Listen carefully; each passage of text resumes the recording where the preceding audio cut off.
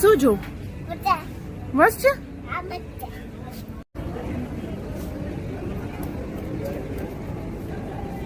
મમ્મા જો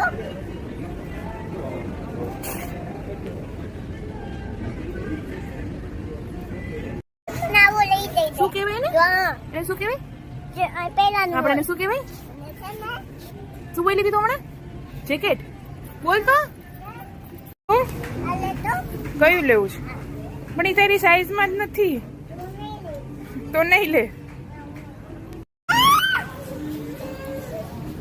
મને નહીં તો